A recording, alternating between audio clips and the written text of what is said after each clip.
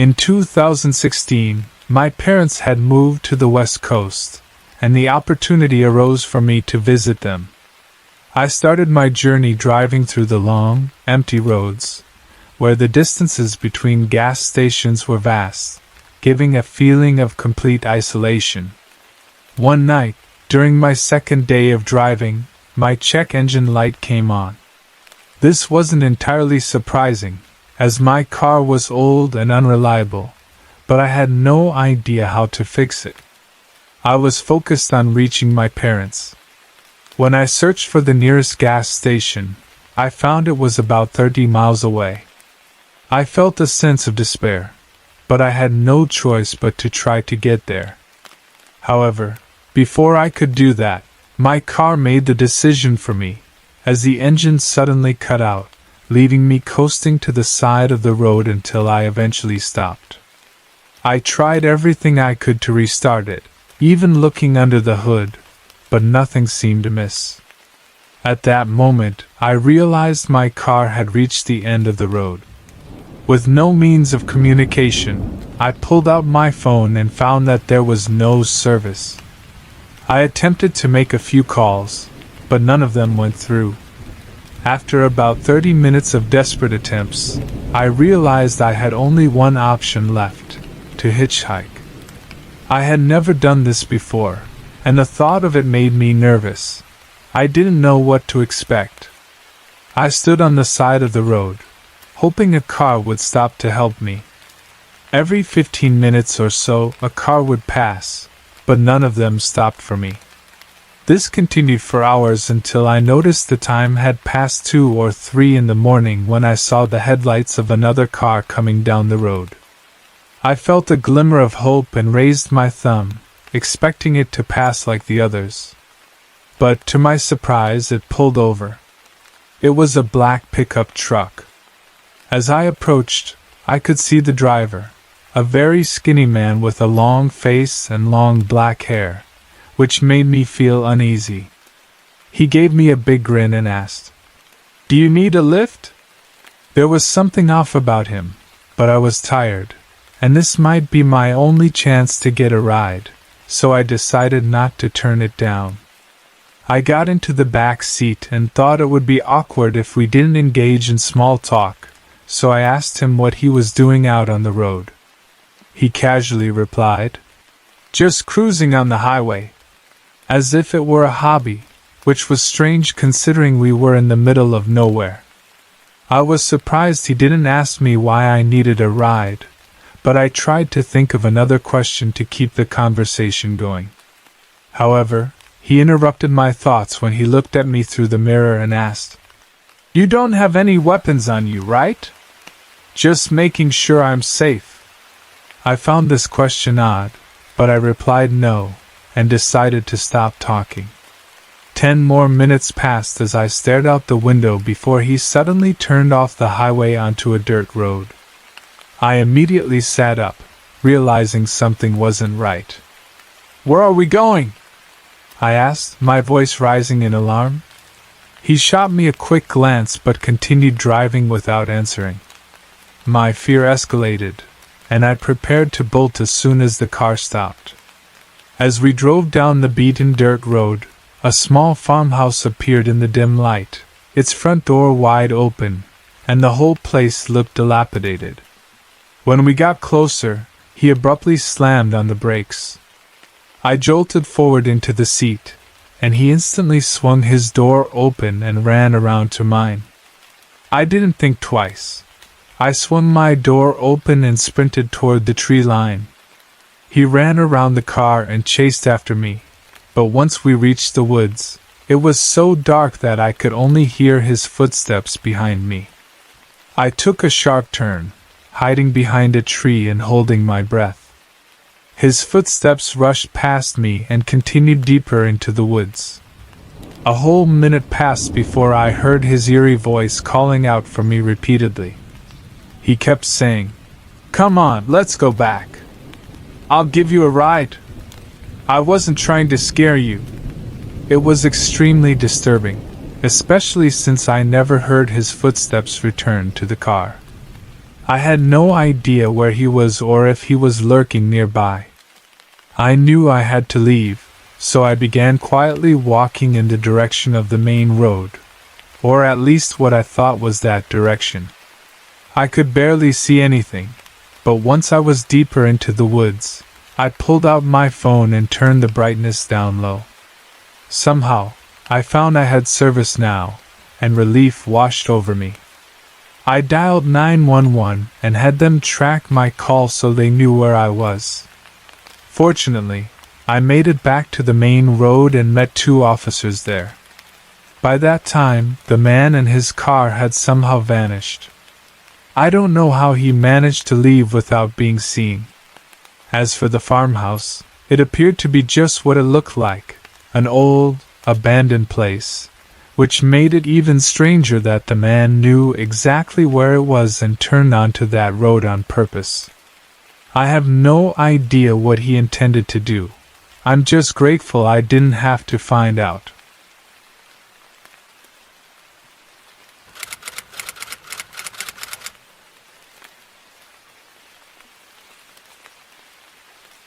On a weeknight, while most of the city was asleep, I decided to take advantage of some extra time to deliver orders via DoorDash. Usually, these shifts are relaxing. I listen to music and enjoy the relative quiet of the roads. Little did I know that that night would take an unexpected turn, transforming an ordinary drive into a terrifying experience. After finishing my day job, I headed out onto the streets with a simple thought in mind. It was just another job, a series of regular deliveries. But as always, quiet roads harbor unexpected secrets. The street was dark, with only a few lights illuminating the path ahead, creating an eerie atmosphere as if I had stepped into another world. As I approached the end of my day, I had no idea that I was about to encounter someone who would change everything I thought I knew about safety and trust. It was around 10 p.m. when I began my journey through the rural roads surrounding the city. The headlights of my car shone brightly ahead of me, casting shadows of the trees along the roadside. As usual, I was listening to music, while my ears stayed alert to every whisper in the air. Yet, an uncomfortable feeling began to creep into my mind, a sensation as if something or someone was watching me. After several deliveries, I felt a sense of boredom. At that moment, I spotted something strange. There was a shadow moving in the middle of the road. I slowed down, my heart racing. There was a man who appeared to be in his 50s, carrying a large backpack over his shoulders.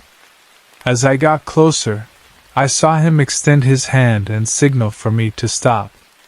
He looked exhausted, his eyes heavy, but I didn't feel at ease. I knew I should help him, but the thought of stopping the car was unsettling. "Do you need a ride?" I asked, trying to sound calm. He smiled, despite his fatigue, and kindly agreed. "I need to get to the city," he said in a voice filled with gratitude. What I didn't expect was for him to immediately open the passenger door and sit right next to me. That moment felt strange, as if something unexpected was about to happen. Nevertheless, my desire to help him outweighed my fears. As we talked, I noticed he was looking at the back seat oddly, as if he were searching for something. My heartbeat quickened, and I asked, "Is everything okay?" But there was no response. His focus was on something undefined, making me feel increasingly uneasy. My breaths quickened with every passing moment. Then suddenly, things seemed to take a turn for the worse. I clearly saw a knife clenched in his right hand, and I screamed internally. I had no time to think and quickly decided to stop the car in the middle of the road. Panic rose within me as the car came to a halt, and I couldn't contain my anxiety. "I want you to get in the back seat," he demanded, still gripping his knife tightly. I had no choice, but I knew I couldn't risk my life. In an instant, I leapt out of the car with all my strength, ignoring his fearsome presence. I sprinted across the road toward the tall grass fields, my heart pounding as if I were running from a living nightmare.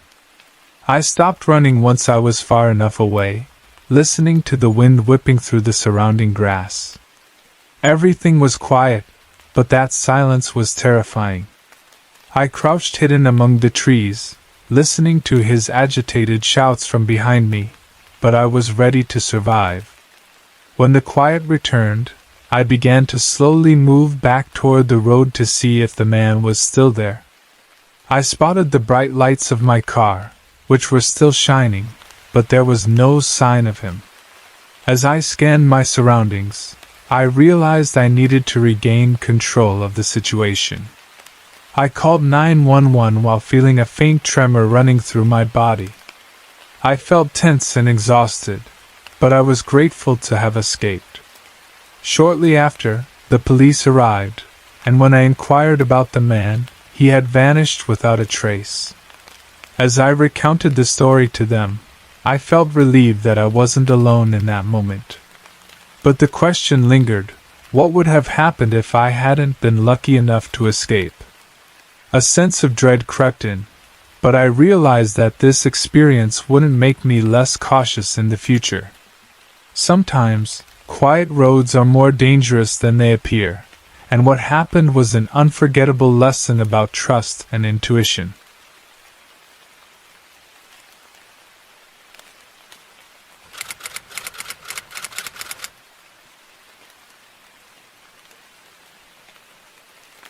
It was late when I decided to start my long journey. I had just returned from visiting my friend in Wisconsin, where I had a wonderful weekend. However, I had to get back home, near Chicago, before my workday began the next day. Unfortunately, I hadn't planned on leaving so late. I couldn't leave my friend's house until 8 p.m., which made me realize I would be driving through dark, isolated roads for several hours. As I set off, the roads were lined with dense forests and remote areas, a scene I wasn't accustomed to. If you haven't been to Wisconsin, it's mostly flat, with forests covering the northern parts and small towns scattered here and there. The larger cities are far away from where I was. My friend's house was in one of those small towns. When I left, the roads were practically empty, and after half an hour of driving, I no longer saw any other cars. I spent 2 full hours navigating these desolate roads, surrounded by dark forests, with no sign of life around me. The more isolated the road became, the sleepier I felt. The dark trees on either side seemed to repeat themselves in an endless loop, making me feel bored and drowsy. The fatigue from spending the weekend with my friend didn't help either. I was playing my music loudly and doing everything I could to stay awake, but around 11 p.m., I suddenly spotted something strange on the side of the road. At that moment, I realized there was a person standing on the shoulder, raising his thumb, clearly looking for a ride. I opened my eyes wide and slowed down. Having another person in the car might help me stay alert. Without thinking, I instinctively began to slow down, and as I got closer, I saw him start walking toward my car. I rolled down the window and pulled up next to him. "Hey, I just need a ride into the next town if you've got a spare seat for me." His voice was tired, but the night was dark, and I couldn't see much of his face. After a moment of hesitation, I let him into the back seat. In that moment, I couldn't shake the strange feeling that something was off. Why was someone alone in the middle of the woods at such a late hour? I asked the man what brought him out here, and he told me in a calm voice. "I was just walking on a trail in the woods and got lost." His answer was unsettling. I couldn't recall any trails in that area, which made me uneasy. Still, I didn't want to show my discomfort. I glanced in the rearview mirror and saw him watching me from the shadows of the back seat.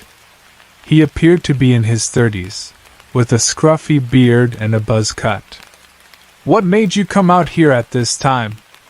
I asked. But his response was even more cryptic. "I thought I'd find the road after getting lost."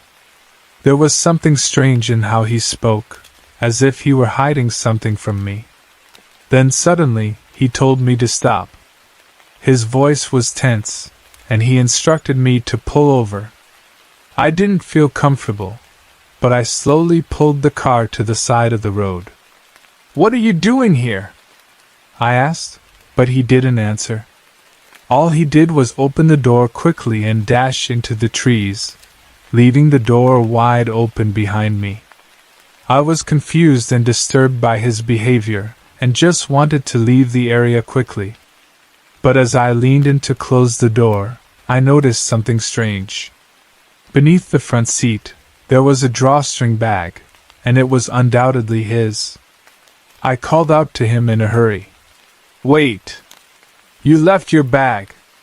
He turned around, standing still for a moment, staring at me with wide, anxious eyes. After a few awkward seconds of silence, he came back to grab it abruptly, and then rushed back into the forest without a word. I shut the door, and at that moment, I felt an urgent need to get away. After a few minutes of driving, I began to notice a terrible odor coming from the back seat. The smell worsened with each passing minute until I reached another small town. I stopped at a gas station, got out of the car, and checked to see what was going on. I used my phone light to look into the back seat, and I was horrified to discover a deep red stain on the carpet, right where the drawstring bag had been sitting. I felt nauseous and rushed into the gas station to call the police. I explained everything that had happened, and when they arrived, they cut out a piece of carpet to test it. They also searched for the man but found nothing, discovering only a few footprints near the spot where I picked him up. I don't know exactly what was in that bag, but it seemed like he was trying to plant it in my car as a way to cover something up. We still have no idea who he was or what he was planning, but what happened that night served as a deep lesson in caution and intuition.